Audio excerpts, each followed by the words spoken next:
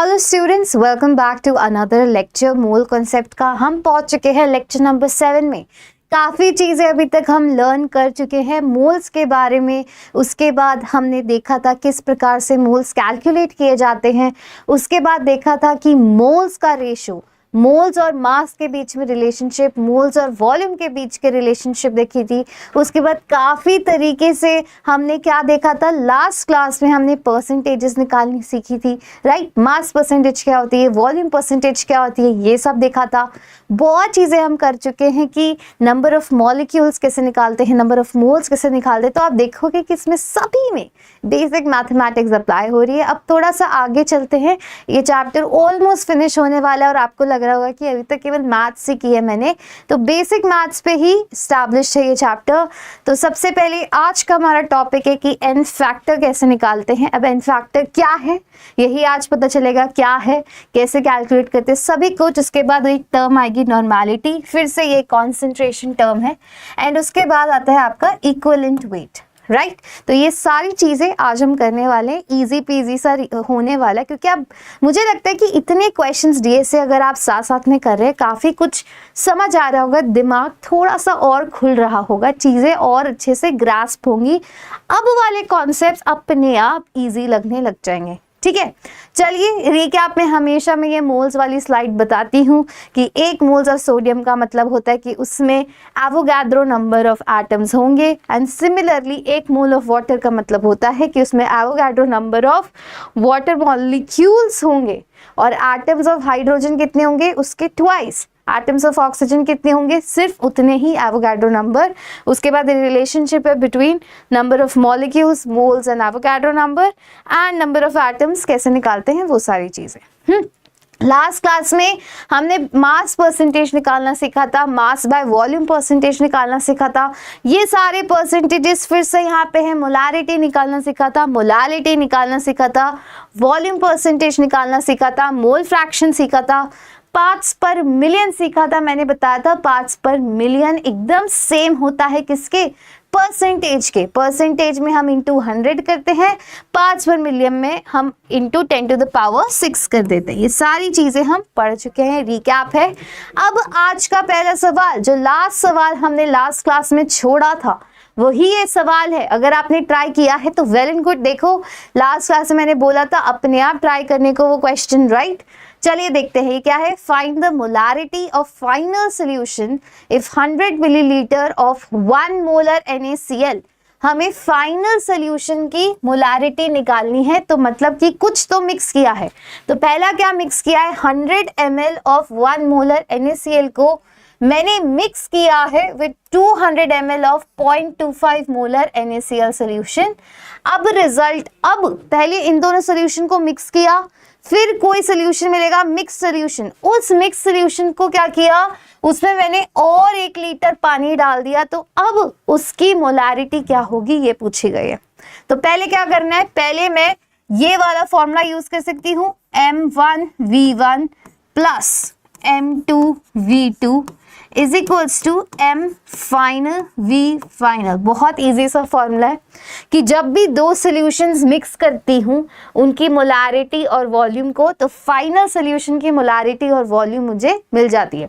तो M1 की जगह मैं लिख देती हूँ 1 मोलर NaCl, लिखा मैंने 1 मोलर, इंटू उसका वॉल्यूम कितना है 100 ml, लिख दिया 100 ml मैंने यहाँ लिख दिया, इससे मिली मोल्स आ जाएंगे, प्लस M2 कितना है 0.25 मोलर, मैंने यहाँ लिखा 0.25 मोलर, इंटू कितना मिलीलीटर सोल्यूशन है 200 मिलीलीटर, है कि नहीं। तो इससे इसके मिलीमोल्स आ जाएंगे। फाइनल मोलारिटी मुझे नहीं पता, पर फाइनल वॉल्यूम मुझे पता है। क्यों, 100 प्लस 200 करूंगी तो कितना होगा 300 होगा कि नहीं होगा। 100 प्लस 200 करूंगी मिलीलीटर तो कितना होगा मेरा 300 हो जाएगा। इससे मेरी फाइनल मोलारिटी आ जाएगी। जब आप कैलकुलेट करेंगे फाइनल मोलारिटी तो बच्चा वो आएगी कुछ 0.5, कितनी आएगी 0.5 मोलर। आगे 0.5 मोलर। उसके बाद क्या है, ये जो 0.5 मोलर मिक्स सोल्यूशन बना, इसको आपने और डाइल्यूट करा इसमें 1 लीटर पानी डाल के। ये चीज समझ, इस 0.5 में मैंने 1 लीटर और पानी डाला, तो इसके बाद मुझे कितना मोलर सोल्यूशन मिलेगा। तो इसका मतलब अब जो M फाइनल है और V फाइनल कितना आ गया था, V फाइनल आ गया था 300 मिलीलीटर, आया था कि नहीं। 100 + 200 इज 300, V फाइनल था 300, M फाइनल भी आ गया। तो अब मुझे क्या करना है, मुझे करना है M final V final is equals to M3 V3। ये चीज समझ आई, ठीक है। तो M फाइनल है मेरे पास 0.5, V फाइनल था मेरे पास 300 मिलीलीटर, M3 मुझे नहीं पता, V3 कितना है 1 लीटर कर दिया। अब ये मिलीलीटर में क्वांटिटी, तो इसको भी मिलीलीटर में लेना पड़ेगा, तो ये 1000 ml हो गया। अब इससे मैं M3 की वैल्यू निकालूंगी तो कितनी आएगी, 0.5 × 3 इज 1.5 अपॉन 1000, तो इसका आंसर आ जाएगा मेरा कितना, इसका आंसर आ जाएगा 0.15, राइट। तो इसका आंसर आएगा बच्चा 0.15 मोलर आ गया। This is your final answer. कौन सा है, A option is the correct option. Understood, easy. पहले क्या किया, इन दो सोल्यूशन को मिक्स किया, इन दोनों सोल्यूशन को मिक्स करके क्या फाइनल मोलारिटी आती है वो निकाली। अब जो फाइनल सोल्यूशन मिक्स करके मोलारिटी आई, उसको और भी पानी में डाला, है ना। तो अब जब और डाइल्यूट कर दिया 1 लीटर पानी डाल के, अब उसकी मोलारिटी क्या होगी, तो वो इससे निकाला M final V final is equal to M3 V3। M final की वैल्यू पता है, V फाइनल 300 था वो लिखा। अब जो थर्ड वॉल्यूम लिया है कितना, 1 लीटर, मतलब 1000 इंटू मोलारिटी निकालनी, तो यहां से निकल जाएगी, इजी। चले आगे, चलिए अब है हमारा नेक्स्ट क्वेश्चन, द मोलालिटी। हर चीज को बहुत ध्यान से पढ़ना है, क्वेश्चन अगर समझ गए ना, आधी चीज वहीं सॉल्व हो जाएगी। यहां पे लिखी है the molality of 5 molar urea, ठीक है। आपसे पूछी है मोलालिटी, मतलब आपसे पूछा है कि मोलालिटी बच्चा कितनी होगी, पर आपको मोलारिटी दे रखी है, दिखाई दे रही है कितनी मोलारिटी दे रखी है, 5 मोलर सोल्यूशन आपको दे रखा है, right, of a solution having density 1.2। इसकी डेंसिटी कितनी है, इसकी डेंसिटी दे रखी है आपको 1.2 ग्राम पर मिलीलीटर, ये थी डेंसिटी दे रखी है। तो गिवन चीजें समझ आई, मोलारिटी देना। मोलारिटी का फॉर्मूला क्या होता है, मोलारिटी होती है नंबर ऑफ मोल्स, ये चीजें अभी तक एकदम दिमाग में फिट हो जानी चाहिए, number of moles of solute, isn't it, upon volume of solution in litre, ये होता है मोलारिटी। मोलारिटी मुझे दे रखी कितनी, 5 मोलर, नंबर ऑफ मोल्स कितने हैं, वॉल्यूम कितना होता है एक मोलारिटी का, मोलारिटी हमेशा 1 लीटर में कैलकुलेट की जाती है ना। जब भी मोलारिटी दे रखी है, इसका मतलब 1 लीटर सोल्यूशन मैंने लिया था, 5 मोलर मुझे दे रखा है, तो इससे मेरे नंबर ऑफ मोल्स कितने आ गए, number of moles of solute, number of moles of solute आ गए मेरे पास 5 मोल्स, आ गए कि नहीं आ गए, 5 × 1 इज 5, तो 5 मोल्स। तो हमेशा 5 मोलर सोल्यूशन का मतलब होता है, ये सब करने की जरूरत नहीं है, पर मैंने आपको दिखाया फॉर्मूले से। 5 मोलर सोल्यूशन का मतलब है कि 1 लीटर में 5 मोल्स प्रेजेंट है। मोलारिटी क्या होती है, 5 मोल्स पर लीटर, होता है कि नहीं, कि 1 लीटर में 5 मोल्स प्रेजेंट है, तो नंबर ऑफ मोल्स आ गए मेरे पास 5। अब इसने बोला है कि आपको मोलालिटी निकालनी है, स्मॉल m। स्मॉल m का क्या फॉर्मूला होता है, स्मॉल m का फॉर्मूला होता है आपका number of moles of solute, ये ऊपर वाली चीज तो सेम ही रहती है, मोल्स ऑफ सोल्यूट है मेरे पास 5 मोल्स, और नीचे क्या होता है, mass of solvent in kg, ये होती है कि नहीं होती, दिस इज द थिंग। तो मोल्स मेरे पास हैं, सॉल्वेंट का मास मैं किससे निकाल सकती हूँ, डेंसिटी से निकाल सकती हूँ, है ना, क्योंकि डेंसिटी क्या होती है, डेंसिटी होती है, डेंसिटी हमेशा बच्चा हमेशा किसकी होती है, सोल्यूशन की डेंसिटी होती है, ये याद रखना। अगर सोल्यूशन की डेंसिटी है तो इसका मतलब यहाँ होगा मास of solution upon volume of solution, होगा कि नहीं? डेंसिटी का फॉर्मूला होता है मास अपॉन वॉल्यूम, पर मास किसका? सोल्यूशन का। वॉल्यूम किसका? सोल्यूशन का। तो मास ऑफ सॉल्वेंट हमें यहाँ चाहिए, है ना? तो मास की जगह मैं क्या लिख सकती हूँ? मास ऑफ सोल्यूशन की जगह लिख सकती हूँ डेंसिटी इंटू वॉल्यूम, लिख सकती हूँ density into volume, mass of solution आ जाएगा। बट यहाँ पे मुझे क्या चाहिए? मास ऑफ सॉल्वेंट चाहिए, ठीक है? तो मास ऑफ सॉल्वेंट का क्या मतलब है कि सल्यूट का मास मुझे वहां से माइनस करना पड़ेगा। तो मास ऑफ सल्यूट निकाल लूं तो मोल्स ऑफ सल्यूट कितने हैं?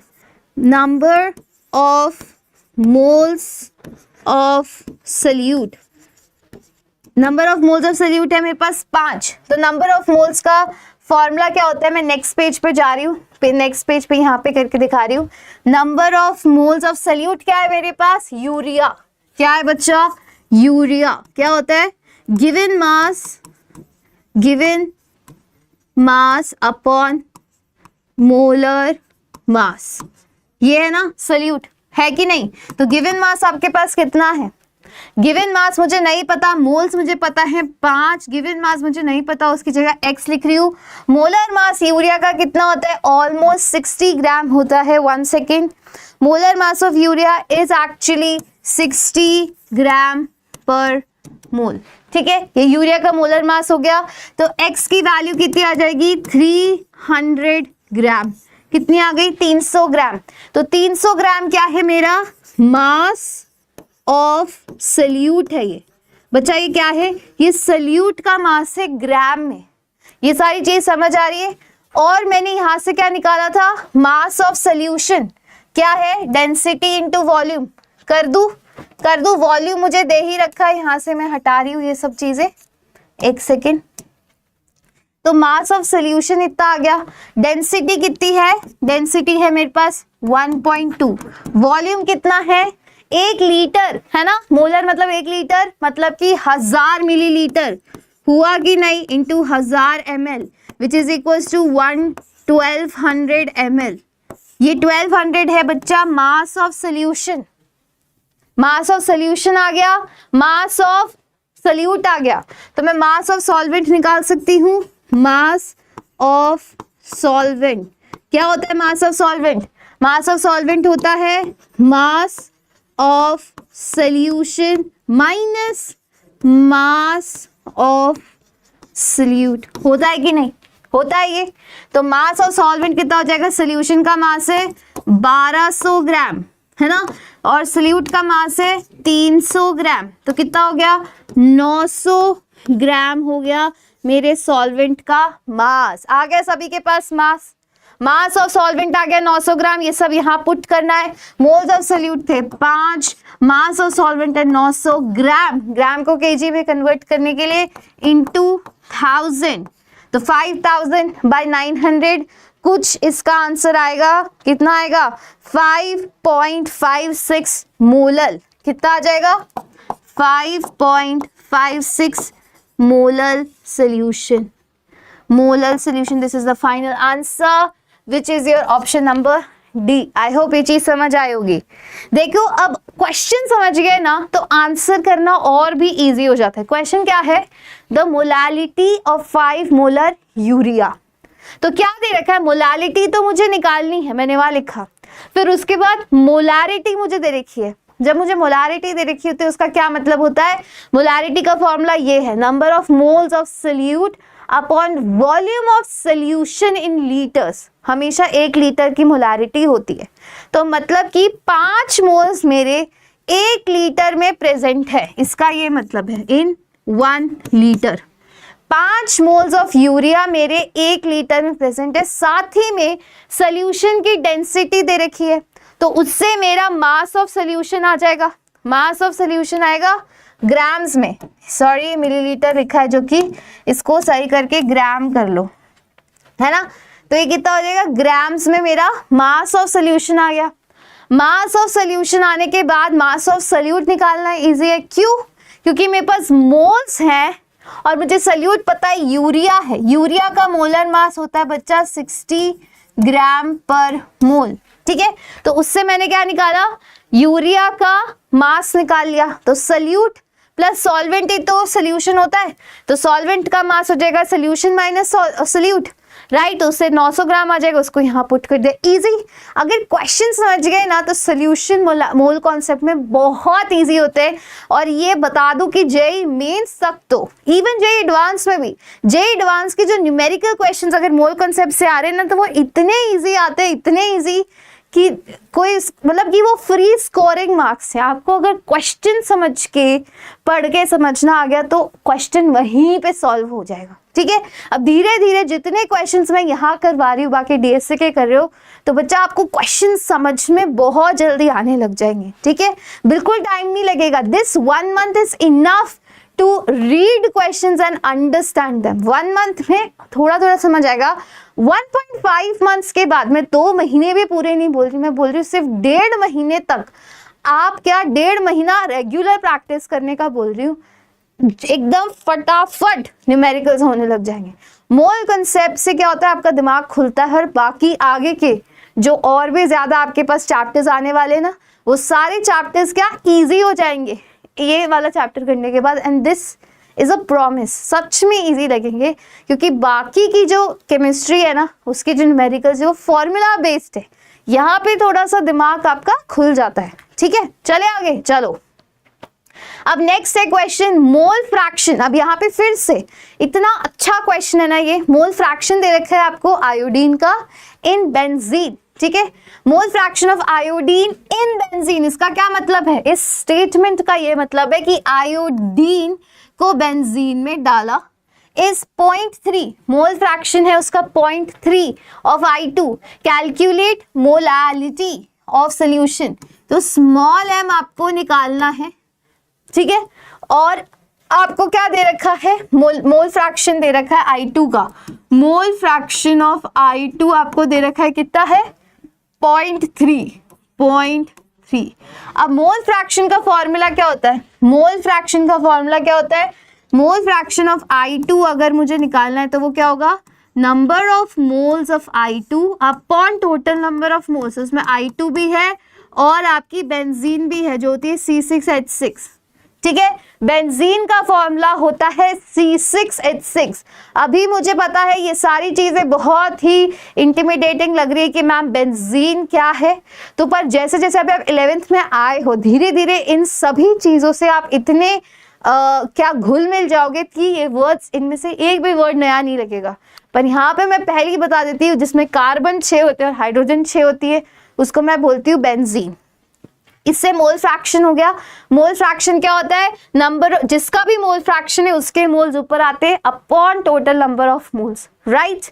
तो ये मोल फ्रैक्शन हो गया। I2 का दे रखा है मेरे को 0.3 और मोल फ्रैक्शन की कोई यूनिट नहीं होती। अगर I2 का मोल फ्रैक्शन 0.3 है तो इसका बेसिक मतलब हो गया कि मोल फ्रैक्शन ऑफ C6H6 कितना हो जाएगा, very easy. Mole fraction, total mole fraction हमेशा 1 होता है, तो 1 minus 0.3 which is equal to 0.7 हो गया। 0.7 मोल फ्रैक्शन हो गया आपकी किसका, बेंजीन का। इतनी चीज समझ आई। अब आपको मोलालिटी निकालनी है। मोलालिटी का फॉर्मूला क्या होता है, मोलालिटी होती है number of moles of solute, होती है कि नहीं, upon mass of solvent in KG. यही होती है मोलालिटी की डेफिनेशन, होती है कि नहीं। अब आप बताओ आप मोल्स ऑफ सोल्यूट कैसे निकालोगे, आपको इसके ग्राम्स तो दे ही नहीं रखे है ना, नहीं दे रखे ना, पर आपको मोल फ्रैक्शन दे रखा है। अब आपको थोड़ा सा दिमाग लगाना है, थोड़ा सा दिमाग, क्या बेसिक मैथ्स लगानी है और कुछ भी नहीं लगाना है। अब आपको सोल्यूट पता चला क्या है, सोल्यूट इसमें क्या होगा, मोल fraction of I2 in benzene, मतलब मैंने बेंजीन के अंदर आयोडीन डाला है तो मैम मेरी I2 तो सोल्यूट है, I2 तो सोल्यूट है और बेंजीन मेरी सॉल्वेंट है। ये चीज समझ आ गई क्वेश्चन देख के, है ना। अब सोल्यूट के मोल्स चाहिए तो मोल्स ऑफ सोल्यूट कितने होंगे, Ni2 होंगे कि नहीं, तो Ni2 हो गए। अब मैं मोल फ्रैक्शन लेती हूं ये वाली लाइन ना मैं यहाँ लिख रही हूँ, एक सेकेंड, इरेज करके। मोल फ्रैक्शन ऑफ बेंजीन निकालना आ गया ना 0.7, मोल फ्रैक्शन ऑफ बेंजीन मैं इस साइड पे लिख रही हूँ। एक सेकेंड, एक और चीज,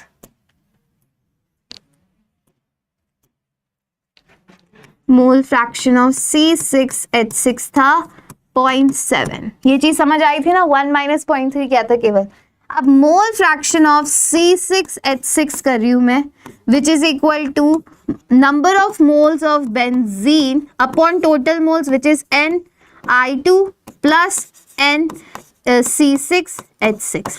ठीक है, अब क्या किया, मोल फ्रैक्शन इसकी वैल्यू भी मुझे पता कितनी है, 0.7 है। इन दोनों को मैंने अपॉन में लिख दिया। तो एक बार ही इन दोनों को डिवाइड करूंगी तो क्या होगा, ये वैल्यू इस वैल्यू से कैंसिल हो जाएगी। जैसे ही इन दोनों को डिवाइड किया हो गई कैंसिल। तो अब मेरे पास क्या बचा, अब मेरे पास बचेगा mole fraction of I2 upon mole fraction of C6H6 which is equal to number of moles of I2 upon number of moles of C6H6, ये बचेगा। तो number of moles of I2 का क्या होता है, इसका मतलब होता है given mass of I2 upon molar mass of I2 होता है कि नहीं, मोलर मास ऑफ I2 है ना। सिमिलरली मोल्स ऑफ C6H6 का मतलब है given mass of C6H6 upon molar mass of C6H6, ये चीज लिख सकती हूँ, है ना। अब नेक्स्ट पेज पे चलते हैं। तो मैं लिख सकती हूँ क्या कि mole fraction of I2 upon mole fraction of C6H6 which is equal to, मुझे क्या निकालने, मुझे number of moles of I2 निकालने। तो number of moles of I2 की जगह ये ना सल्यूट क्या है, मेरा I2 है। तो number of moles of I2 की जगह मैं क्या लिख सकती हूँ, number of moles of I2 की जगह लिख सकती हूँ दिस थिंग, सॉरी यहाँ चलते हैं। तो यहाँ मैं लिख रही हूँ number of moles of I2 which is equal to chi into number of moles of C6H6, ये लिख सकती हूँ। Number of moles of I2 की जगह ये लिख सकती हूँ कि नहीं लिख सकती, सिर्फ इतना सा देख के बोलो। Number of moles of I2 की जगह लिख सकती हूँ काई I2 mole fraction of I2 upon mole fraction of C6H6 into number of moles of C6H6 लिख सकती हूँ। यही चीज मैंने यहाँ लिखी है, ठीक है। तो इसको मोलालिटी के फॉर्मूले में पुट करी। मोलालिटी क्या है, number of moles of solute, कितना हो जाएगा, मोल fraction of I2 upon mole fraction of C6H6 into number of moles of C6H6। इसकी जगह लिख सकती हूँ number of moles of C6H6 की जगह क्या लिख सकती हूँ, गिवन मास अपॉन मोलर मास। लिख सकती हूँ कि नहीं लिख सकती, ऑफ कोर्स यहाँ लिख सकती हूँ गिवन मास ऑफ C6H6, जो मुझे नहीं पता। मोलर मास ऑफ C6H6 में निकाल सकती हूँ 12 इंटू 6 प्लस 6 इंटू 6, अप्रोक्सीमेटली 70 के अराउंड आएगा। ये आएगा 78 आएगा, 78 आ जाएगा इसका मोलर मास। आ गया मोलर मास, ठीक है। इसको मोलालिटी में डाला, number of moles of solute मेरा हो गया, अपॉन क्या है, mass of solvent in KG. तो ये भी क्या है, सॉल्वेंट ही तो है, ये सॉल्वेंट का मास नहीं है। Given mass of C6H6 is the mass of solvent in KG, isn't it? This is actually the mass of solvent. This is what? Mass of solvent. ठीक है। और यहाँ पे भी क्या आएगा, मास ऑफ सॉल्वेंट ही आएगा। यहाँ पे भी लिख दिया, केजी में करने के लिए इंटू 1000 कर दूंगी। तो ये दोनों तो एक दूसरे से कट गया। अब मुझे क्या चाहिए, मोलालिटी निकालने के लिए केवल मोल fraction of I2 upon mole fraction of C6H6 into 1000 करूंगी अपॉन 78 करूंगी, तो मेरा आंसर आ जाएगा। मोल फ्रैक्शन ऑफ I2 कितना है, 0.3 अपॉन 0.7 इंटू 1000 अपॉन 78। तो इससे मोलालिटी में कैलकुलेट करूंगी तो वो आएगी बच्चा, मेरी आएगी कुछ let me calculate 0.3 upon 0.7। Let me calculate कितनी आ रही है मुझे बताओ, जल्दी से बताओ।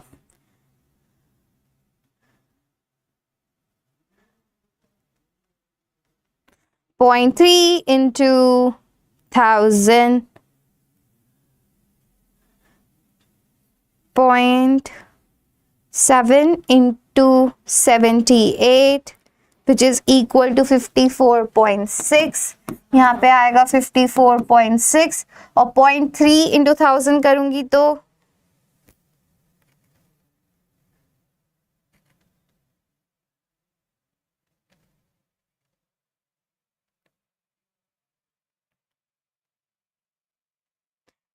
फाइनल आंसर आएगा 5.49 के अराउंड। ठीक है, ऊपर तो 300 आ ही जाएगा, तो 5.49 which is equal to answer number B हो गया आपका ये। ठीक है, आंसर बी 5.49। इजी। तो आपका ना एक फॉर्मूला भी बन गया कि जब मोल फ्रैक्शन दे रखा हो तो मोलालिटी कैसे कैलकुलेट करते हैं, कि ऊपर लिखते हैं मोल fraction of solute upon mole fraction of solvent into 1000 upon molar mass of किसका है ये, सॉल्वेंट का, है कि नहीं। 78 is the molar mass of solvent.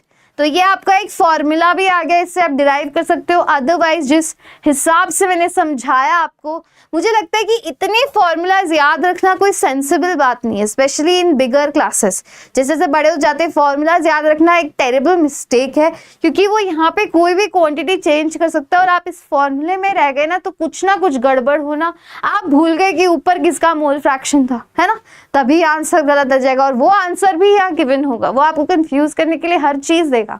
तो आपको क्या करना है, स्टेप बाय स्टेप। अभी तो क्योंकि मैंने समझाया तो इतना टाइम लग गया, पर जैसे ही आप क्वेश्चन देखोगे ना, एक दो बार घर पे अपने आप सॉल्व करोगे तो आराम से क्वेश्चन देखते ही आंसर आपको मिल जाएगा। आपको इतना बड़ा प्रोसीजर करने की जरूरत नहीं होगी, क्योंकि अभी मैंने समझाया स्टेप बाय स्टेप, इसीलिए इतने प्रोसेस मैंने किए हैं, है ना। तो सबसे पहले क्या था, मोल फ्रैक्शन दे रखा है, तो मोल फ्रैक्शन मुझे पता है, उसका मतलब होता है number of moles upon total number of moles. दोनों के मोल फ्रैक्शंस निकालिए, एक का 0.3 तो दूसरे का 1 माइनस 0.3 मतलब 0.7 आ गया।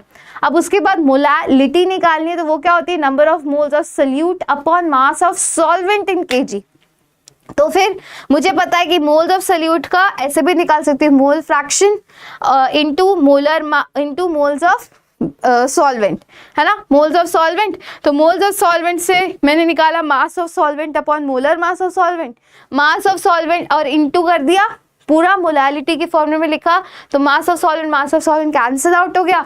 फिर बस इतनी सी चीजों से आंसर आ गया। मतलब यहाँ पे ऐसा कुछ भी नहीं था जो वैल्यू यहाँ गिवन ना हो, जो वैल्यूज गिवन है उन्हीं से आंसर डिराइव करना आना चाहिए। थोड़ा सा दिमाग अप्लाई करोगे, ओपन करोगे, बहुत आसानी से आंसर आ जाएगा। अगर मेरे को इसको स्टार मार्किंग में पुट करना होगा, डीएसएस कर रहे हैं आप साथ साथ, तो इसको मैं फिर से 1 स्टार में डालूंगी, मैं इसको 2 स्टार्स में नहीं डालने वाली, राइट। ये 1 स्टार क्वेश्चन है, 2 स्टार्स मेरे लिए जो डिफिकल्ट होते हैं वो अलग चीज है, ठीक है। तो इसको फिर से 1 स्टार क्वेश्चन ही माना जाएगा, क्योंकि अब आपको करना आ गया ये। अब उसके बाद चलिए अब हम कैलकुलेशन ऑफ एन फैक्टर पे आ गए हैं, बहुत ही जरूरी चीज है। एन फैक्टर क्या होता है, देखो इसको ज्यादा ना दिमाग नहीं लगाना, सारी डेफिनेशन यहाँ लिखी हुई है, ये आपकी क्लास 11th के अकॉर्डिंग डेफिनेशन जरूरी होती है, बट जो जेईई एग्जाम की तैयारी करे उसको डेफिनेशन से ज्यादा क्वेश्चन देख के समझने आने चाहिए। जैसे कि फॉर एग्जाम्पल एसिड का एन फैक्टर जैसे HCl है, इसका मतलब है कि ये कितने H+ आयंस दे सकता है, इसका एन फैक्टर। HCl कितने H+ आयन देता है, 1 मोल ऑफ HCl एक H+ आयन देगा, राइट, एक H+ आयन देगा, तो इसका एन फैक्टर हो गया बच्चा 1। सिमिलरली H2SO4, H2SO4 इस तरीके से लिखा जाता है, H2SO4 की एसिडिटी नहीं होती, H2SO4 की जो एन फैक्टर होता है उसका बेसिसिटी बताता है। बेसिसिटी H2SO4 का जो स्ट्रक्चर से पता चलती है। H2SO4 का स्ट्रक्चर देखो, एक सल्फर से डबल बॉन्ड O2 जुड़े हुए हैं और 2 OH मॉलिक्यूल्स जुड़े हुए हैं, और जो OH होती है बॉन्ड्स, वो बच्चा आपका H+ निकाल के देती है। अब क्योंकि ये OH पूरी स्पीशीज है, इसीलिए इसको बेसिसिटी बोला जाता है, ठीक है। जहां पे भी OH से आपको H मिल रहा है, यहां से H2SO4 भी क्या करता है, 2 H+ आयंस देता है कि नहीं। तो इसका n फैक्टर तो बच्चा 2 हो गया, कितना हो गया, n फैक्टर तो हो गया इसका 2।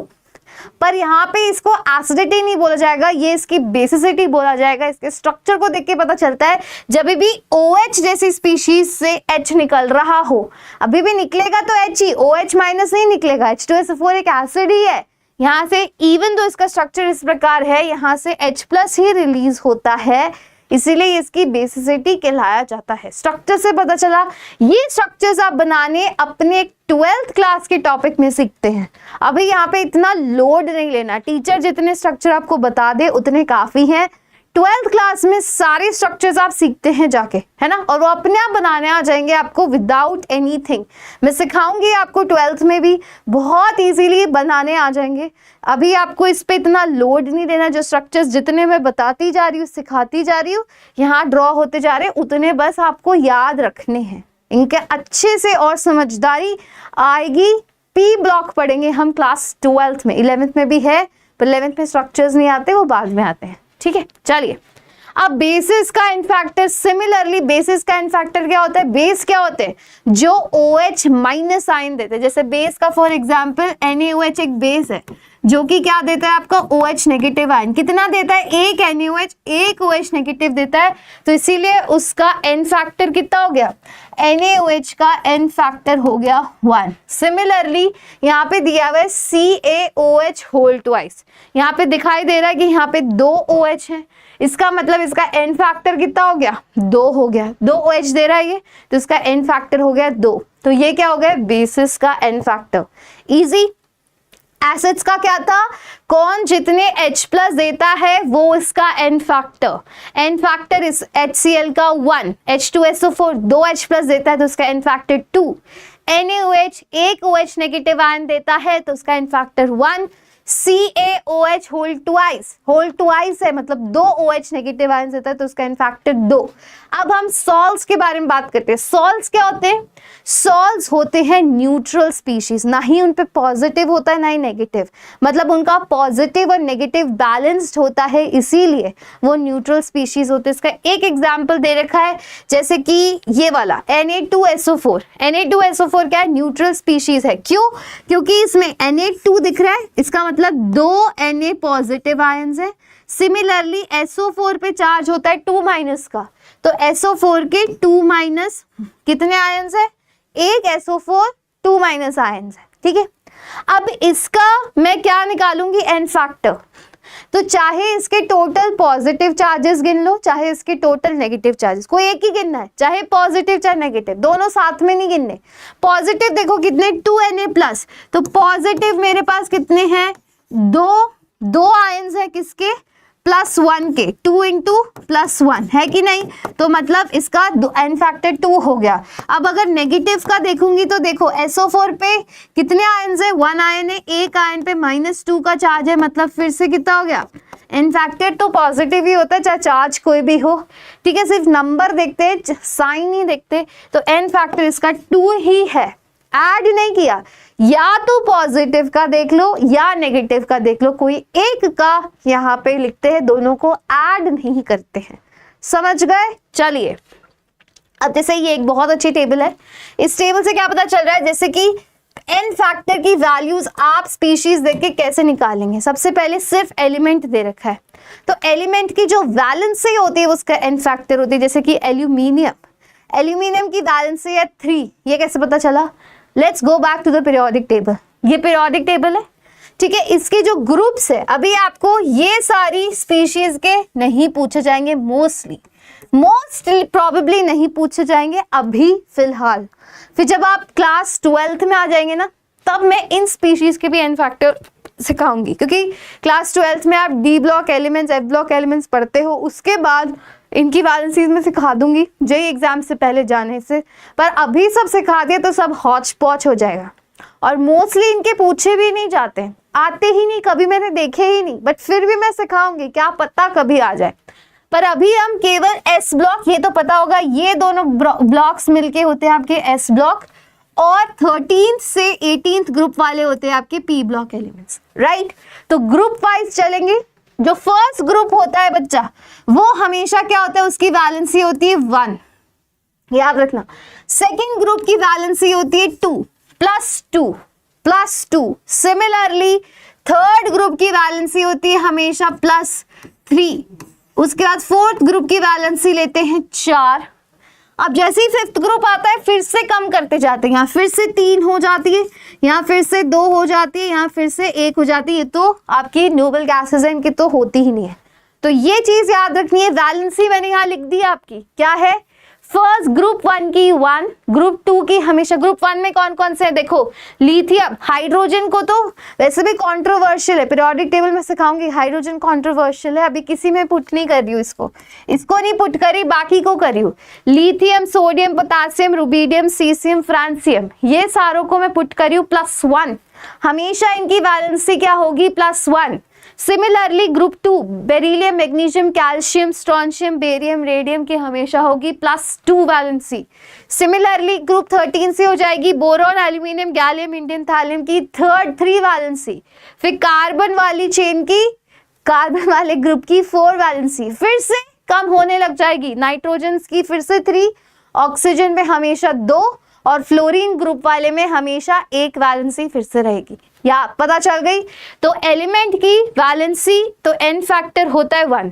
तो n फैक्टर अगर एलिमेंट्स का पता करना है तो उनकी वैलेंसी होती है, वैलेंसी मैंने बता दी। एल्यूमिनियम किसमें था, एल्यूमिनियम, देखो एल्यूमिनियम की वैलेंसी ग्रुप 13, मतलब थर्ड वैलेंसी थी इसकी, आई समझ। अब देखो आयन, अगर आयन दे रखा है तो उसकी n फैक्टर कैसे निकालेंगे, जो भी उस पर चार्ज है। For example Na positive, Na positive pay 1 + 1 है तो इसका क्या हो गया, 1 हो गई वैलेंसी। सिंपल सी बात है, राइट। Na पॉजिटिव की भी 1 है, Na की भी 1 है ना। अब देखो एसिड, एसिड की बात करें, एसिड अभी बताया था, जैसे HCl है, एक H+ दे सकता है, कितने H+ दे सकता है, एक तो n फैक्टर 1। H2SO4 2 H+ दे सकता है तो इसका n फैक्टर 2। बेस, बेस का क्या होता है, कौन कितना OH नेगेटिव दे सकता है, जैसे कि NaOH, एक OH दे सकता है तो उसका n factor 1। CaOH whole twice 2 OH दे सकता है, n फैक्टर 2। अब सॉल्ट्स हो गए। सॉल्ट्स क्या होता है, पॉजिटिव, या तो पॉजिटिव स्पीशीज या नेगेटिव स्पीशीज कितनी है, उन पे चार्ज कितना है, वो उसका n फैक्टर होगा। जैसे कि ये वाला एग्जांपल देखो, K2SO4 dot Al2SO4 whole thrice dot 24H2O, इसकी वैलेंसी क्या होगी। अब यहाँ पे पॉजिटिव स्पीशीज देखो, पॉजिटिव तो एक मेरी K है और मेरी एल्यूमिनियम है कि नहीं, सिर्फ 2 ही पॉजिटिव है, दिख रही है। तो फिर पॉजिटिव स्पीशीज में यहाँ लिख रही हूँ, यहाँ लिखते हैं पॉजिटिव। पॉजिटिव कौन कौन सी है, एक तो मेरी K है ना, तो K कितनी है, मेरे पास 2 K है, दिखाई दे रहे 2 K, तो 2 K पे एक पॉजिटिव चार्ज है तो 2 × 1 प्लस कितने, एल्यूमिनियम 2 है, कितने एल्यूमिनियम है 2 एल्यूमिनियम पे चार्ज कितना होता है, +3 का। 2 एल्यूमिनियम पे दिख रहा है कितने का चार्ज है, 3 का चार्ज होता है, तो 2 × 3 विच इज इक्वल टू 6 होता है कि नहीं। तो इसका आंसर क्या हो गया, 2 + 6 which is equal to 8। Positive species से n फैक्टर आया है 8। अब नेगेटिव का निकालते हैं। नेगेटिव देखो, नेगेटिव SO4, फर्स्ट केस में एक ही SO4 है, एक SO4 और एक SO4 पे चार्ज होता है -2 का, तो 1 × -2, ठीक है, प्लस यहाँ पे सेकंड वाले में 3 SO4 हैं, 3 कर दे +3 × एक SO4 पे -2 का चार्ज होता है, तो इन सभी को ऐड किया जब मैंने, -2 + -6 विच इज इक्वल टू -8, पर हमें n फैक्टर केवल वैल्यू, चार्ज नहीं चाहिए होता, तो उसका n फैक्टर केवल 8 ही आएगा, पॉजिटिव नेगेटिव नहीं होता। बट देखो दोनों से 8 ही आंसर आ रहा है, समझ आई ये चीज, दोनों से 8 ही आंसर आ रहा है ना। अब ये देखो, what is the n factor of NaCl। NaCl क्या है, फिर से मेरा एक सॉल्ट है, NaCl फिर से क्या है, मेरा एक सॉल्ट है। तो पॉजिटिव स्पीशीज है इसमें कितनी, Na 1 पॉजिटिव है और नेगेटिव भी कितनी है, नेगेटिव भी मेरे पास कितनी है, 1 है, तो इसका n फैक्टर होगा 1। ठीक है, दोनों को ऐड नहीं करते हैं। Cl- एक नेगेटिव स्पीशीज है, Na+ देगी ये, प्लस एक Cl माइनस देगी, है ना, ऐसे ही देगी। सॉल्ट है ये, सॉल्ट, ना ही इससे H प्लस निकल रहा है ना ही OH माइनस निकल रहा है, तो ये ना ही एसिड है ना ही बेस है। NaCl क्या है, एक सॉल्ट, तो सॉल्ट का क्या होता है, एन फैक्टर इसका 1 हो जाएगा। अंडरस्टूड, या तो पॉजिटिव का लेंगे या फिर नेगेटिव का, 2 नहीं होगा इसका एन फैक्टर। अब देखिए next, what is the n factor of H3PO2 Na3PO4 NaH2PO4 molecule. अब इनके हमेशा कैसे पता चलेंगे, इनका डायग्राम ड्रॉ करके, इनका स्ट्रक्चर ड्रॉ करके इनके एन फैक्टर, बहुत जरूरी है। मैं H3 फॉस्फोरस के जो भी एसिड्स होते हैं, बहुत सारे एसिड देखने को मिलेंगे, फॉस्फोरस एसिड ड्रॉ करने का एक ट्रिक बता रही हूँ जो हमेशा यूजफुल होगी। H3PO2 लिखा हुआ है, तो इसमें सबसे पहले क्या करना है, फॉस्फोरस के कोई भी एसिड होगा, जैसे इस एग्जाम्पल में H3PO2 है, इसमें हमेशा first P double bond O लगाना है। क्या लगाना है, P डबल बॉन्ड O लगा दिया। P डबल बॉन्ड O लगाने के बाद एक P डबल बॉन्ड O आता है, उसके बाद जितने भी ऑक्सीजन बच गए, एक ऑक्सीजन यूज करने के बाद कितना ऑक्सीजन रिमेनिंग है, 2 ही ऑक्सीजन है, मतलब 1 ऑक्सीजन। उस ऑक्सीजन को से OH लगा देना है ना। अब दोनों ऑक्सीजन यूज अप हो गए, अब सिर्फ 2 हाइड्रोजन्स बचे हैं, तो 2 हाइड्रोजन्स मैंने यहाँ पे लगा दिए। अब इनका एन फैक्टर क्या होता है, जैसे ही मैंने बोला, जिस भी एसिड में H3PO2 एक एसिड है, जिस भी एसिड का स्ट्रक्चर में OH ग्रुप आ जाता है, तो इसमें बच्चा H प्लस देगा आपका OH वाला। ये जो दोनों H है, ये टूटने वाले H नहीं होते, इसका बेसिसिटी फैक्टर बताते हैं। क्या बताते हैं, बेसिसिटी फैक्टर। ऐसे एसिड्स का हम बेसिसिटी फैक्टर बताते हैं, और जो भी H OH से जुड़ा होता है वही उसका बेसिसिटी फैक्टर होता है। यहाँ पे कितना है, 1 OH है, तो यहाँ पे ये एक ही H प्लस आयन जाएगा, यहाँ से OH ही निकलेगा, H प्लस ही निकलेगा, पर निकलेगा इस वाली बॉन्ड से, तो इसका एन फैक्टर कितना हो गया, 1 हो गया। अंडरस्टूड। नेक्स्ट है Na3PO4, है ना। Na3PO4 फिर से एक सॉल्ट है, इसमें ना ही H प्लस है ना ही OH माइनस है, राइट। तो ये सॉल्ट हो गया। सॉल्ट का तो मैंने निकालना सिखाया ही था। सॉल्ट का कितना होता है, 3Na प्लस देगा, ये 3Na प्लस देगा, राइट। तो इसका एन फैक्टर तो 3 ही हो गया, यहीं से पता चल गया। 3Na प्लस देगा, और PO4 एक PO4 पे कितना चार्ज होता है, -3 का चार्ज होता है, तो इसका एन फैक्टर बहुत ही आसानी से 3 हो गया। एंड एन फैक्टर तो हमने यूं ही निकाल लिया, 3। एक PO4 पे बच्चा चार्ज होता है कितना, 3 माइनस का, तो इसका एन फैक्टर है 3, इसका एन फैक्टर था 1। ये सारी चीजें लिख लीजिए। उसके बाद NaH2PO4, ये बच्चा सिमिलर है, ये फिर से क्या है, फॉस्फोरस का ऑक्सो एसिड। फॉस्फोरस का ऑक्सो एसिड का मतलब है फॉस्फोरस के साथ जब भी ऑक्सीजन और हाइड्रोजन साथ में लगी होती हैं उसको बोलते हैं ऑक्सो एसिड। तो ये बनाना मैंने अभी सिखाया था H3PO2 के केस में। तो H2PO4 दे रखा है यहाँ पे, ये सेम है, चाहे मैं इसको ऐसे लिखूं, चाहे इस सोडियम को रिप्लेस कर दूं मैं किससे बच्चा, H3PO4 से, चाहे मैं H2PO4 लिखूं। बच्चा NaH2PO4 क्या है कि जब मैंने H3PO4 की एक हाइड्रोजन को Na से रिप्लेस कर दिया तो NaH2PO4 बन गया। ये चीज समझ आई। हाइड्रोजन को सोडियम से रिप्लेस करने पे ऊपर वाला स्ट्रक्चर बनता है, तो मैं नीचे वाला स्ट्रक्चर आपको बना के दिखा रही हूँ। H3PO4 मैंने सबसे पहले क्या सिखाया था, फॉस्फोरस के ऑक्सो एसिड्स कैसे बनाते हैं। पहली चीज तो P डबल बॉन्ड O, एक ऑक्सीजन यूज हो गया, 4 ऑक्सीजन में से एक यूज हो गया, 3 बच गए, 3 बचे तो यहाँ पे O और इसके साथ एक H, फिर यहाँ पे O और इसके साथ एक H, और फिर यहाँ पे O और इसके साथ एक H, है ना। तो H3PO4 के तो कितने बेसिसिटी हो गई, 3 हो गई ना इसकी, पर आपके पास NaH2PO4 है, मतलब इसी की एक हाइड्रोजन मैंने किससे रिप्लेस करवा दी, Na से रिप्लेस करा दी। ये वाली हाइड्रोजन मैंने सोडियम से रिप्लेस करा दी। अब कितने H प्लस है, अब देखो ये एक H जाएगा, ये दूसरा H जाएगा, तो अब इसका एन फैक्टर कितना हो गया, केवल 2, जो इसकी बेसिसिटी है कितनी है। तो H3PO4 की बेसिसिटी तो थी 3, पर NaH2PO4 की बेसिसिटी है 2, तो 2 ही इसका n फैक्टर हो गया। Understood this point? इजी, जितने H+ निकलेंगे उसका n फैक्टर। ठीक है, चलते हैं आगे।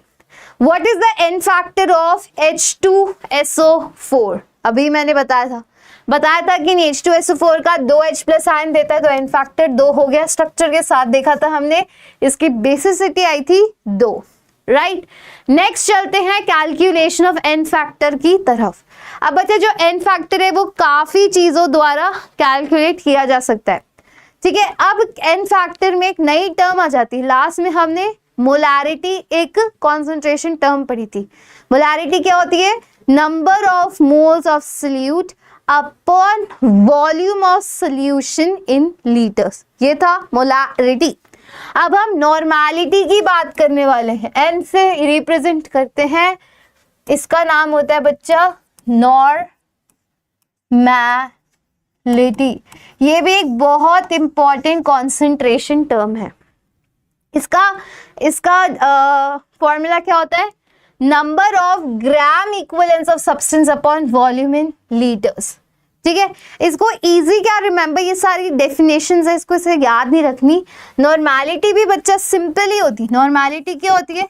Number of moles of solute upon volume of solution in liters into n factor। Simple, मतलब नॉर्मैलिटी होती है, मोलैरिटी जो मैं निकालती हूँ ना उसको n फैक्टर से मल्टीप्लाई करना है। सिंपल सी बात है, इतनी सी नॉर्मैलिटी होती है, बाकी सारी डेफिनेशंस है। अब इक्विवेलेंट वेट क्या, इक्विवेलेंस क्या है, वो मैं आगे समझाऊंगी, है ना।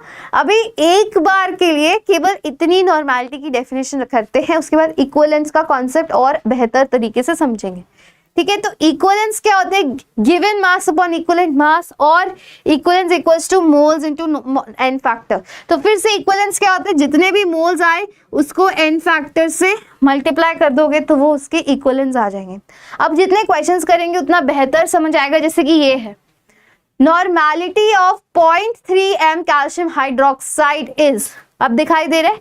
अब इसमें बोला है आपको मोलैरिटी दे रखी है, ये क्या है? मोलैरिटी है, और आपसे पूछी है नॉर्मैलिटी क्या है। आपको मोलैरिटी दे रखी, तो आपको पता है नॉर्मैलिटी का फॉर्मूला क्या है? मोलैरिटी इनटू n फैक्टर, है कि नहीं। मोलैरिटी दे रखी है मुझे 0.3 m। n factor of CaOH whole twice कितना था? 2 नहीं था n फैक्टर इसका, 2 OH माइनस जाते हैं, तो इसका कितना हो गया? 0.6 आंसर आ जाएगा। तो 0.6 इसका A आंसर हो गया। अंडरस्टूड? अंडरस्टूड। अब देखो नेक्स्ट क्वेश्चन है, ए 4.9 gram of calcium hydroxide is dissolved in 200 ml of solution, find the normality of the solution. ये आपका क्वेश्चन है। क्या है? 4.9 ग्राम आपने लिया है कैल्शियम हाइड्रोक्साइड और उसको डिसॉल्व किया 200 मिलीलीटर ऑफ सोल्यूशन में, और आपको नॉर्मैलिटी निकालनी है। Very easy. नॉर्मैलिटी का फॉर्मूला क्या होता है? नॉर्मैलिटी होती है मोलैरिटी इंटू n फैक्टर।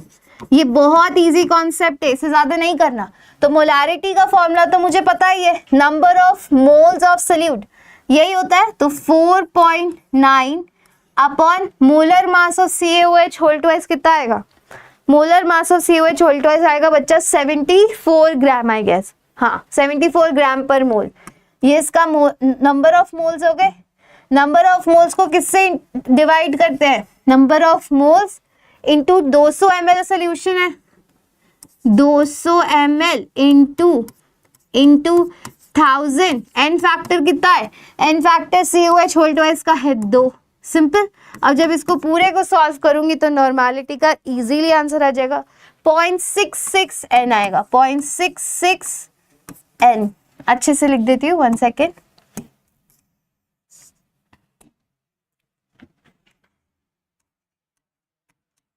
कितना आया?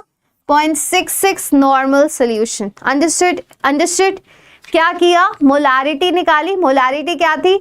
Number of moles of solute, moles निकालिए, given mass upon molar mass divided by volume of solution in litre. Volume दे देगा 200 ml, लीटर में कन्वर्ट करने के लिए 1000 से किया, into n factor which is 2, तो आंसर आ जाएगा दिस। Easy easy. तो ये सिंपल फॉर्मूला लगा के नॉर्मेलिटी निकाल ली। अब चलते हैं नेक्स्ट पे। अब आपको दे रखा है the volume in ml of 0.1 normal NaOH required to neutralize 10 milliliter of 0.1 N phosphinic acid is। अब phosphinic acid क्या है ना, ये तो मुझे पता ही नहीं है तो मैं बता देती हूँ आपको। phosphinic acid होता है बच्चा H3PO2। क्या होता है? H3PO2 is your phosphinic acid। अब आप जितने क्वेश्चंस करोगे आपको बहुत सारे एसिड्स के नाम पता चलने लग जाएंगे, बट वंस अगेन इससे पैनिक नहीं करना है। क्यों? ये सारे एसिड आपके 12th क्लास के एक चैप्टर में सिखाया जाते हैं। मैं सिखाऊंगी, 12th में आ जाओगे। अभी जितने आते जा रहे एक बार के लिए फॉर्मूला देख लो। मैं क्या करूंगी, अगर टेस्ट भी लूंगी आपका तो आपको मोस्टली फॉर्मूलाज लिख के दे दूंगी, क्योंकि मुझे पता है कि इस स्टेज पे मैं थोड़ा कम एक्सपेक्ट करूंगी कि आपको इन एसिड्स के नाम पता हो। पर जो मैंने क्लास में एसिड्स करवा दिए, इनके अलावा भी होते हैं ना, उनके मैं फॉर्मूलाज नहीं दूंगी, क्योंकि अभी स्टेज है, आपको याद हो जाएंगे, है ना।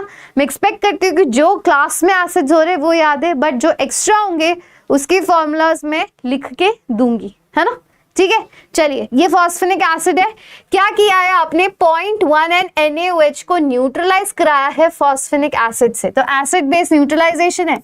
H3PO2 एक एसिड है, उसमें मैंने बेस डाला NaOH। तो मुझे पता है एसिड और बेस का जब रिएक्शन करवाती तो क्या बनता है? सॉल्ट बनता है। बनेगा कि नहीं? तो इसमें सॉल्ट क्या बनेगा? NaH2PO2 NaH2PO2 plus water.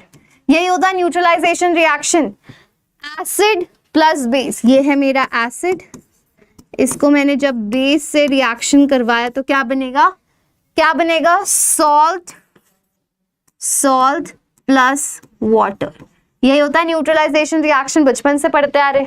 अब क्या किया है आपने NaOH तो लिया है 0.1, इसकी नॉर्मेलिटी है 0.1 नॉर्मल।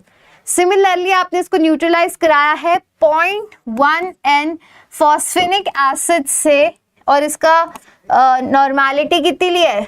10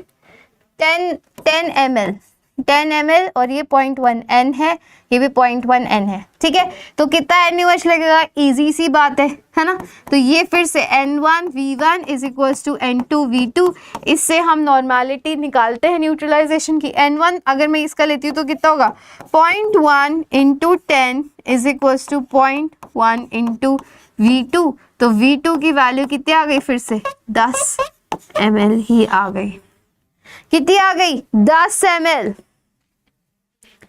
आई कि नहीं आई? अब यहाँ पे नॉर्मेलिटी ही दे रखी थी, इसीलिए मैंने ये COH फॉस्फेनिक एसिड है ना, इसके क्या नहीं कंसिडर किए? इसकी बेसिसिटी 2 क्यों कंसिडर नहीं की मैम? क्योंकि पहले ही मुझे नॉर्मेलिटी ही दे रखी है। नॉर्मेलिटी इंटू N1V1 N2V2 बस इतना दे रखा, तो सिंपली इसमें V2 ऐसे निकल जाएगा। इसमें इंटू 2 करने की कोई भी ज़रूरत नहीं पड़ी मुझे, क्योंकि नॉर्मेलिटी ही दे रखी है, दोनों की नॉर्मेलिटी। अगर एक की मोलारिटी और एक की नॉर्मेलिटी दे रखी होती तो मुझे कुछ करने की ज़रूरत पड़ती, पर दोनों की नॉर्मेलिटी दे रखी है, तो इसीलिए simple N1V1 is equal to N2V2 से 10 मिलीलीटर इसका आंसर आ गया। अंडरस्टूड? चलिए आगे चलिए। अब नेक्स्ट दे रखी है the normality of a 500 ml COH whole twice solution which contains इतने हाइड्रोक्साइड आयंस। अब नॉर्मेलिटी आपको निकालनी है ना। तो नॉर्मेलिटी का फॉर्मूला क्या होता है? फिर से नॉर्मेलिटी होती है molarity into N factor, isn't it? ये होती है मेरी नॉर्मेलिटी। और इसमें देखो आपको क्या दे रखी है? इतने हाइड्रोक्साइड आयंस की मात्रा दे रखी है, हाइड्रोक्साइड आयंस। अब इसके मोल्स कैसे निकालूंगी? मोल्स कैसे निकालूंगी? मोल्स कितने हो जाएंगे?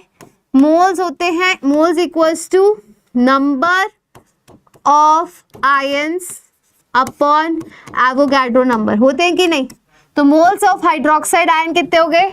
6। यहाँ पे क्या लिखा है? 9.033 इंटू 10⁻22 अपॉन 6.022 इंटू 10⁻23। तो जब इसको कैलकुलेट करूंगी तो मोल्स आएंगे बच्चा मेरे पास कुछ 0.15। 0.15 मोल्स। किसके मोल्स आ गए? ये मोल्स ऑफ OH आयंस, है ना। मोल्स ऑफ OH आयंस मेरे पास आ गए 0.15 मोल्स। मोल्स आए हैं, है ना। अब इसका क्या निकालना है मुझे? अब इसका मोल्स आ गए तो यहाँ पे मैं लिख देती हूँ। अब इससे मोलारिटी निकाल लूंगी क्योंकि मुझे मिलीलीटर में आंसर भी दे रखा है। तो कितना हो जाएगा? Normality is equals to number of moles लिख दूँ 0.15 अपॉन कितना आएगा? 500 ml, 500, है ना, अपॉन 500 इंटू 1000 इंटू इसका एन फैक्टर कितना है? इंटू एन फैक्टर है 2, है कि नहीं? यही है। तो इससे नॉर्मेलिटी आ जाएगी मेरी। अब बच्चा जो ये मोल्स आए ना, जो ये मोल्स आए मेरे, इसमें भी एक थोड़ा सा कैच है, थोड़ा सा कैच है। एक सेकेंड,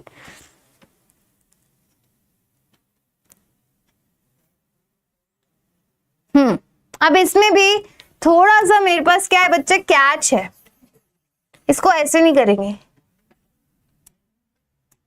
अब ये जो मोल्स आए ना मेरे पास 0.15 मोल्स, ये 0.15 मोल्स ऑफ हाइड्रोक्साइड आयन आए किसके? CaOH होल ट्वाइस के, राइट। अब एक्चुअल नंबर ऑफ मोल्स जो होंगे ना, actual number of moles of OH negative, वो क्या होते हैं बच्चा? वो होते हैं जो भी आपका ये आंसर आया ना 0.15 इंटू क्या हो जाएगा? इंटू अपॉन कर देंगे इसको इसके एन फैक्टर से। क्या कर देंगे? एन फैक्टर जो कि इसका 2 है। तो इससे आंसर क्या आ जाएगा? इससे इसका आंसर आ जाएगा, इंटू हटा दो, इंटू कर दूंगी मैं, अपॉन कर रही हूँ यहाँ पे, पहले एन फैक्टर लिखती हूँ, एन फैक्टर। तो कितने आ गए मोल्स? मोल्स आ जाएंगे 0.15 और एन फैक्टर है इसका 2 which is equal to 0.075 I guess, 0.075। ठीक है। अब ये कहां से आया? पीछे चलते ये देखो यहाँ पे क्या लिखा हुआ है, यहाँ पे आपको दिखाई दे रहा है लिखा हुआ equivalence equals to given mass upon equivalent mass और equivalence equals to moles into N factor लिखा हुआ है। तो यहाँ पे देखो अब मोल्स निकालने, equivalence equals to moles into N factor, है ना। तो फिर मोल्स कितना हो गया? Equivalence upon n factor. हुआ कि नहीं हुआ? तो वही मैंने किया। नंबर ऑफ मोल्स कितने हो जाएंगे? 0.15 अपॉन एन फैक्टर इसका है 2, तो 0.075 इसके एक्चुअल नंबर ऑफ मोल्स हैं। ठीक है, इतने एक्चुअल नंबर ऑफ मोल्स हैं अपने पास। अब इससे क्या निकालनी है? नॉर्मेलिटी निकालनी है। तो क्या होगा? 0.075 number of moles upon volume है मेरे पास 500 ml इंटू 1000, राइट। इंटू कर दूंगी एन फैक्टर। नॉर्मेलिटी क्या होती है? मोलारिटी इंटू एन फैक्टर, जो कि 2 हो गई, फिर से हो गई। अब इससे नॉर्मली आप आंसर निकालेंगे तो कितना आ जाएगा? नॉर्मली आंसर निकालोगे तो इसका आंसर आएगा 0.3 नॉर्मल। 0.3 नॉर्मल का मतलब होता है 3/10 नॉर्मल। तो answer is B, option number B is the correct answer. तो क्या किया मैंने? जब आपको नॉर्मेलिटी निकालनी है किसकी, तो normality of 500 ml CaOH whole twice solution which contains इतने हाइड्रोक्साइड आयंस। अब देखो आपको ना हाइड्रोक्साइड आयंस का नंबर दे रखा है। अब आपको पता है कि एक CaOH होल ट्वाइस तो उसके twice the number of hydroxide ions देगा। इतनी तो समझ आ रही है। तो फिर उससे मैंने नंबर ऑफ मोल्स निकाले, पर मुझे पता है कि ये मेरा नंबर ना 2 गुना आया है, पर इसके मोल्स क्या होंगे? इसके आधे ही होंगे। ठीक है, तो मोल्स क्या हो जाएंगे? 0.075 मोल्स। अब उससे अब इस मोल से मैंने पहले मोलारिटी निकाली, फिर इसको इंटू 2 कर दिया इन फैक्टर, तो उससे करेक्ट नॉर्मेलिटी मेरी आ जाएगी। चीज समझ आई? जब आयंस, नंबर ऑफ आयंस दे रखे ना, अब देखो कि CaOH होल ट्वाइस, 1 मोल से मुझे मिल रहा है 2 मोल OH नेगेटिव आयंस। ये चीज समझ आई? ये चीज समझ आई कि नहीं आई? और आपको क्या दे रखा है? एक, अच्छा मैंने यहाँ पे स्पेस नहीं छोड़ी मैम, आपने डिवाइडेड बाय 2 क्यों किया? उसको अच्छे से एक और बार समझा रही हूँ। 1 mole of CaOH whole twice से मुझे 2 मोल हाइड्रोक्साइड आयंस मिलेंगे, मिलेंगे कि नहीं मिलेंगे? अब नंबर कैसा हो गया, 2 इंटू एवोगाड्रो नंबर करूंगी तो उतने मुझे नंबर ऑफ आयंस मिल जाएंगे जो कि इतने हैं। तो इससे मुझे नंबर ऑफ मोल्स पता चल गए किसके, तो दिस डिवाइडेड बाय दिस आ जाएंगे number of moles of OH negative ions. पर मुझे केवल OH नेगेटिव की नॉर्मेलिटी थोड़ी निकालनी, मुझे तो पूरी की पूरी CaOH होल ट्वाइस की नॉर्मेलिटी निकालनी है। तो एक CaOH whole twice number of hydroxide ion दे रहा है, तो मतलब इस पूरे के नंबर ऑफ मोल्स कितने होंगे, इसके आधे ही होंगे ना, क्योंकि हमें तो double the number of hydroxide ions मिल रहे हैं 1 मोल से, तो मतलब उसका आधा ही मुझे CaOH होल ट्वाइस के मोल्स मिलेंगे। तो इसीलिए इसको डिवाइडेड बाय 2 किया। एक और बात समझाओ, एक और बार यहाँ पे समझाती हूँ। मेरे पास क्या है, मेरे पास है CaOH होल ट्वाइस। मुझे पता है कि 1 mole of CaOH whole twice देगा 2 moles of OH negative ion देगा। मुझे दे रखा था इस नेगेटिव आयन का नंबर दे रखा था, कितना नंबर है इसका, जो भी नंबर था, है ना।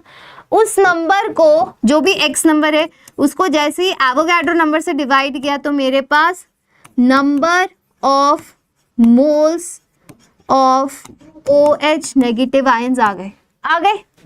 पर ये जो moles of OH negative ion आपको पता चल रहा है ये क्या है, ट्वाइस द नंबर है देन CaOH से। पर मुझे तो पूरे के पूरे CaOH होल ट्वाइस को सल्यूट मानना है। क्यों? क्योंकि मोलारिटी, सॉरी, कैपिटल M क्या होती है, कैपिटल M होती है number of moles of solute.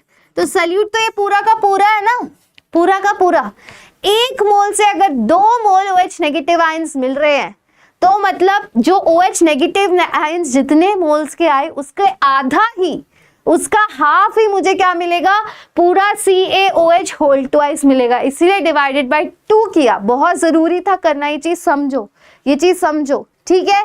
तो डिवाइडेड बाय 2 किया, उससे मोलारिटी निकाली, मोलारिटी निकालने के बाद इनटू n फैक्टर किया तो नॉर्मेलिटी आ गई। अंडरस्टूड। चलो आगे। अब है आगे next question. 0.45 gram of an acid of molecular weight 90 was neutralized by 20 ml of 0.54 normal caustic potash. The basicity of acid is, ये आपका क्वेश्चन है।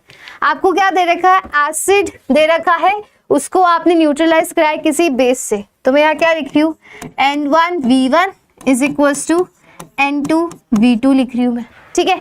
आपके पास है 0.45 ग्राम ऑफ एसिड, तो मैंने यहाँ लिख दिया 0.45 gram of acid, 0.45 gram of acid, और उसकी मॉलिक्यूलर वेट है 90। तो एसिड का आपका नंबर ऑफ मोल्स इससे आ जाएंगे। आगे एसिड के number of moles was neutralised by, ये number of moles of acid आ गए, है ना। तो इसको जब मैं पूरा कैलकुलेट करूंगी 0.45 अपॉन 90, तो इसका आंसर कुछ आएगा अप्रोक्सीमेटली 5 मिलीमोल्स, 5 मिलीमोल्स के अराउंड आएगा इसका आंसर, ठीक है। Was neutralised by 20 ml of 0.54 N caustic potash. इसको मैं न्यूट्रलाइज किया है 20 ml of 0.54 N। The basicity of acid आपसे पूछी गई है, ठीक है। तो इसको कैसे करेंगे, N1V1 is equal to N2V2, है ना। तो नॉर्मेलिटी की जगह मैं लिख देती हूँ 5, ठीक है, 5 लिख दिया। अब 5 into V1 is equals to 20 into 0.54, है ना। अब इससे V1 मैं निकालूंगी तो इसकी बेसिसिटी आ जाएगी जो अप्रोक्सीमेटली कुछ 2 के अराउंड आएगी। कितनी आएगी, 2 आ जाएगी, वही इसकी बेसिसिटी कहलाएगी विच इज 2। आगे N1V1 is equal to N2V2 से हम इसको कैलकुलेट करेंगे। अंडरस्टूड, इजी है ये वाला कॉन्सेप्ट भी फिर से, ठीक है। अब हमारा नेक्स्ट कॉन्सेप्ट आता है इक्विवेलेंट वेट का। इक्विवेलेंट वेट क्या होता है, मैं ऐसे समझाती हूँ आपको। For example the mass of a particular substance that can combine with और डिस्प्लेस 1 ग्राम ऑफ हाइड्रोजन और 8 ग्राम ऑफ ऑक्सीजन और 35.5 ग्राम ऑफ क्लोरीन और 108 ग्राम ऑफ Ag। इसको बोलते हैं इक्विवेलेंस। समझ आई नहीं आई? मैं बताती हूँ। जैसे यहाँ पे क्या लिखा है कि इस वाली लाइन को पढ़ के समझ आएगा। ये देखो एग्जाम्पल लिया मैंने AlH3। AlH3 का मतलब है एल्यूमिनियम का मोलर मास होता है 27, तो इसका मतलब है कि 27 ग्राम 27 ग्राम एल्यूमिनियम कंबाइन करता है। H कितना है 3 और एक हाइड्रोजन का मास होता है 3 ग्राम, तो 27 ग्राम एल्यूमिनियम कंबाइन करता है 3 ग्राम्स ऑक्सीजन के साथ। इसका मतलब है कि जो 9 ग्राम एल्यूमिनियम होगा वो कंबाइन करेगा 1 ग्राम हाइड्रोजन के साथ। क्या मतलब हुआ? फिर से एक पेज पे चलते हैं। मैंने बोला जैसे AlH3 लिया मैंने। AlH3 का मतलब होता है कि 27 ग्राम एल्यूमिनियम, मतलब जो इसका मोलर मास है वो कंबाइन किसके साथ कर रहा है? 3 ग्राम हाइड्रोजन के साथ। तो एल्यूमिनियम का इक्विवेलेंट वेट क्या है? एल्यूमिनियम का इक्विवेलेंट वेट बच्चा निकालते हैं। एल्यूमिनियम की वैलेंसी कितनी थी? 3। पीरियोडिक टेबल याद करो। तो 27/3 इसकी इक्विवेलेंट वेट है, विच इज इक्वल टू 9 ग्राम। ठीक है, और हाइड्रोजन की वैलेंसी कितनी होती है? 1। तो ठीक है, तो 9। अब इसका क्या मतलब हुआ? एल्यूमिनियम का वेट आ गया 9 ग्राम। तो अगर 27 ग्राम, ठीक है, तो अगर 27 ग्राम कंबाइन करता है 3 ग्राम हाइड्रोजन से, तो 1 ग्राम कंबाइन करेगा 3/27 ग्राम हाइड्रोजन से। इसका मतलब कि 9 ग्राम एल्यूमिनियम, जो इसका क्या था? Equivalent weight. एल्यूमिनियम का क्या था? इक्विवेलेंट वेट था। क्यों था? क्योंकि एल्यूमिनियम की वैलेंसी होती है 3, है ना। तो molar mass divided by the valency आ जाएगी उसकी इक्विवेलेंट वेट। तो 9 ग्राम क्या हो गया? 9 ग्राम आपका कंबाइन करेगा 3/27 इंटू 9 ग्राम ऑफ हाइड्रोजन से, तो इसका आंसर आ जाएगा कितना? 1 ग्राम। तो 1 ग्राम हाइड्रोजन से 9 ग्राम आपका सिंपल बेसिक यूनिटरी मेथड से ये आपकी चीज हो रही है। ठीक है, सिंपल बेसिक यूनिटरी मेथड से ये इसका इक्विवेलेंट वेट का कॉन्सेप्ट। थोड़ा और क्वेश्चंस करूंगी तो और अच्छे से समझ आ जाएगा। तो आपको ये चीज समझ आ, इक्विवेलेंट वेट कैसे निकाला मैंने। ऑक्सीजन का इक्विवेलेंट मास देखो यहाँ पे कितना दे रखा है? 8 ग्राम। 1 ग्राम ऑक्सीजन, मतलब कि हाइड्रोजन का इक्विवेलेंट वेट भी 1 ग्राम है। यहाँ पे मैं सारे इक्विवेलेंट वेट बता रही हूँ, है ना। एल्यूमिनियम का कितना था? एल्यूमिनियम का था 27/3 which is equal to 9 gram. Oxygen का कितना है? ऑक्सीजन की वैलेंसी होती है 2, बताई थी ना जब पीरियोडिक टेबल। ऑक्सीजन का मोलर मास है 16 divided by 2 which is equal to 8 gram. 8 gram हो गया इसके इक्विवेलेंट वेट। ये चीजें समझ आई? इक्विवेलेंट वेट क्या है? एक बहुत इजीली बता रही हूँ। Equivalent weight is equals to molar mass upon valency. तो ऑक्सीजन का इक्विवेलेंट वेट क्या हो गया? मोलर मास 16 है और इसकी वैलेंसी 2 है, तो इक्विवेलेंट वेट हो गया इसका कितना? 8 ग्राम। आगे समझ। सिमिलरली क्लोरीन का इक्विवेलेंट वेट सेम है 35.5, क्योंकि क्लोरीन की वैलेंसी भी कितनी होती है? 1 ही होती है कि नहीं। और Ag की वैलेंसी भी 1 ही लेते हैं हम। ये फिर से डी ब्लॉक एलिमेंट आ गया, बट याद रख लो Ag की वैलेंसी मोस्ट केसेस में कितनी लेते हैं हम? 1 ही लेते हैं। ठीक है, अंडरस्टूड। चलिए आगे। अब जैसे ये क्वेश्चन है, बहुत अच्छे से समझ आएगा, मेरे साथ करो। An oxide of metal M contains oxygen 40% by weight. मेरे पास क्या है? एक ऑक्साइड है मेटल M की, मैंने लिख दिया MO। कोई भी ऑक्साइड हो सकती है, मेटल ऑक्साइड बना दी। अब इस मेटल ऑक्साइड में क्या है? मेरे पास ऑक्सीजन है 40% बाय वेट। कितनी है? मतलब कि ये पूरी की पूरी अगर मेटल ऑक्साइड मेरे पास 100 ग्राम है, तो इसमें से 40 ग्राम मेरे पास कितनी है? ऑक्सीजन है। तो इसका मतलब मेटल कितना हो गया? 60 ग्राम हो गया कि नहीं हो गया? ऑटोमेटिकली परसेंट का मतलब आते ही मान लो कि पूरा का पूरा 100% मेटल ऑक्साइड में से, मतलब अगर 100 ग्राम मेरे पास मेटल ऑक्साइड है तो उसमें से 40% मेरे पास ऑक्सीजन है, मतलब 40 ग्राम उसमें ऑक्सीजन है और बचा कितना? 60। तो 60 ग्राम मेरे पास उसमें कितना हो गया? मेटल हो गया। अब आपको इक्विवेलेंट वेट निकालना है मेटल का। ये चीज समझ आए, इक्विवेलेंट वेट निकालना है मेटल का। तो कैसे निकालूंगी, 40 ग्राम, इससे देखो 40 ग्राम ऑक्सीजन कंबाइन करता है आपका 60 ग्राम मेटल से। ये चीज समझ आई, 40 ग्राम ऑक्सीजन कंबाइन करता है 60 ग्राम मेटल से। तो फिर 1 ग्राम ऑक्सीजन कितने से करेगा, 60/40 ग्राम मेटल से करेगा। पर मेरे पास इक्विवेलेंट वेट ऑक्सीजन का कितना होता है, 8 ग्राम होता है कि नहीं, मैंने भी बताया था ऑक्सीजन का equivalent weight of oxygen is equal to 8 gram. Why, क्योंकि इक्विवेलेंट वेट कितना होता है, इक्विवेलेंट वेट होता है मोलर मास अपॉन वैलेंसी, और ऑक्सीजन का मोलर मास होता है 16/2, यही होता है। तो 8 ग्राम ऑक्सीजन कंबाइन करेगा 60/40 इंटू 8 ग्राम मेटल से। तो कितना हो गया, 2 4 = 8, 2 2 = 4, 2 2 = 4 है ना, 2 6 2 = 12 ग्राम। इजीली 12 ग्राम हो गया इसका equivalent weight. Equivalent weight of metal is 12 grams. Understood, understood. क्या किया मैंने, मुझे पता चला मेरे पास एक मेटल ऑक्साइड है, वो 100 ग्राम है, राइट। उस 100 ग्राम में से 40 ग्राम उसमें ऑक्सीजन है, बाकी का 60 ग्राम मेरे पास मेटल है। तो मुझे पता चला कि 40 ग्राम ऑक्सीजन कंबाइन करिए 60 ग्राम मेटल से, तो 8 ग्राम जो ऑक्सीजन का इक्विवेलेंट वेट है वो कितने से कंबाइन करेगी, तो उससे मेरा मेटल का इक्विवेलेंट वेट आ जाएगा, कि इक्विवेलेंट वेट हमेशा इक्विवेलेंट वेट से ही कंबाइन करेगा। तो उससे 12 ग्राम आ गया, तो 12 ग्राम मेरे मेटल का इक्विवेलेंट वेट हो गया। अंडरस्टूड, इक्विवेलेंट वेट का कॉन्सेप्ट। अब एसिड बेस टाइट्रेशन में हम इक्विवेलेंट वेट सीखते हैं, जैसे कि ये है। Taking the example of an acid-base neutralization reaction to understand the concept, जिससे मैंने लिया HCl plus NaOH। न्यूट्रलाइजेशन करवाया तो क्या होगा, NaCl सॉल्ट प्लस वाटर बनेगा, यही न्यूट्रलाइजेशन रिएक्शन होता है।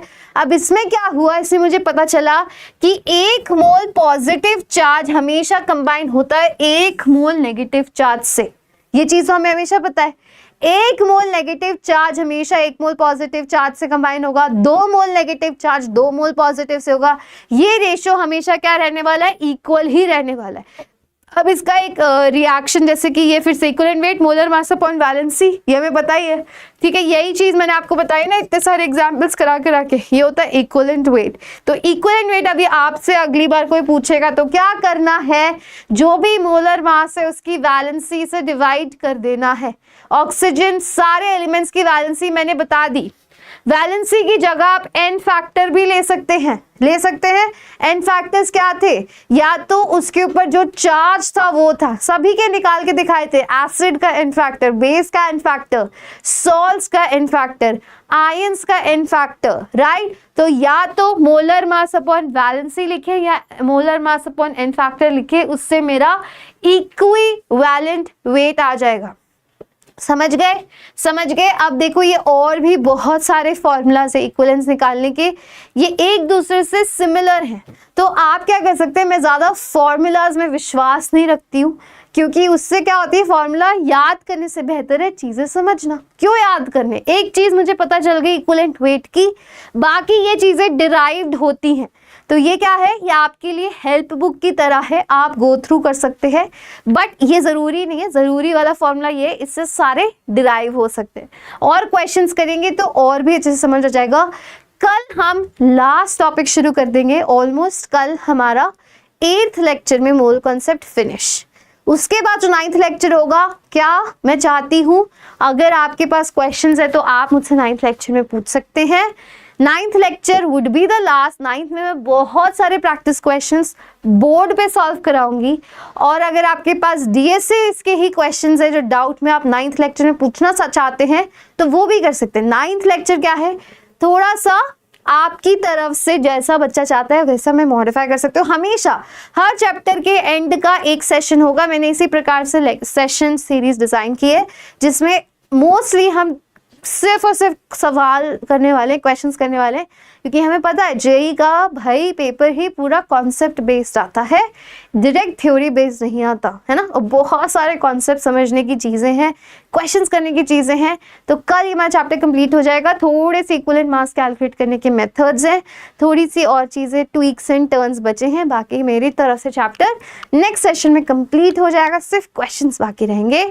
सो that is all for today. We will meet again later. इसी वीक में 2 बार और मिलना है। Thank you so much, bye bye.